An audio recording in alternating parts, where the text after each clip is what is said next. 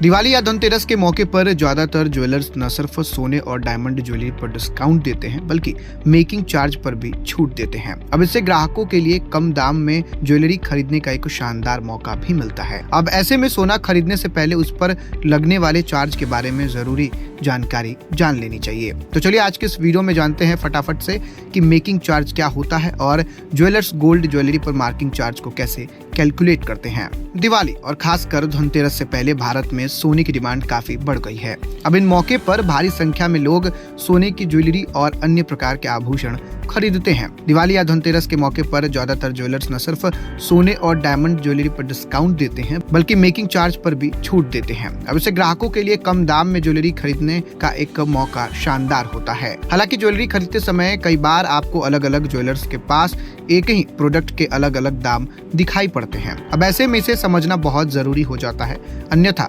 आपको नुकसान भी उठाना पड़ सकता है। दरअसल जब आप कोई भी ज्वेलरी खरीदते हैं तो उसमें मेकिंग चार्ज के तौर पर अलग से कुछ शुल्क जोड़ा जाता है जो डिजाइन, रत्न और धातु के प्रकार के आधार पर अलग अलग हो सकते हैं। ऐसे में सोना खरीदने से पहले उस पर लगने वाले चार्ज के बारे में जरूरी जानकारी जान लेनी चाहिए। तो चलिए बिना देरी किए उसे फटाफट समझ लेते हैं मेकिंग चार्ज क्या होता है और ज्वेलर्स गोल्ड ज्वेलरी पर मेकिंग चार्ज को कैसे कैलकुलेट करते हैं। दरअसल गोल्ड ज्वेलरी पर मेकिंग चार्ज की बात करें तो जब कोई ज्वेलर सोने से गहने बनाता है तो इसके लिए कारीगर की मेहनत और अन्य खर्च लगते हैं। अब इन्हीं खर्चों को गोल्ड ज्वेलरी की मेकिंग चार्ज में जोड़ा जाता है। अब भारत में सोने पर मेकिंग चार्ज की बात करें तो 22 कैरेट सोने पर आमतौर पर उसके मूल्य का 5% से 25% तक का होता है। पहले तरीके में मेकिंग चार्ज को प्रति ग्राम दर पर कैलकुलेट किया जाता है। अब इसमें हर ग्राम सोने पर एक तय रकम ली जाती है। अब उदाहरण के लिए अगर मेकिंग चार्ज 500 रुपए प्रति ग्राम है और आप 10 ग्राम सोना खरीदते हैं तो मेकिंग चार्ज 5,000 रुपए होगी। अब दूसरे तरीके की बात करें तो प्रतिशत के आधार पर मेकिंग चार्ज लगाया जाता है। अब इसमें सोने की कुल कीमत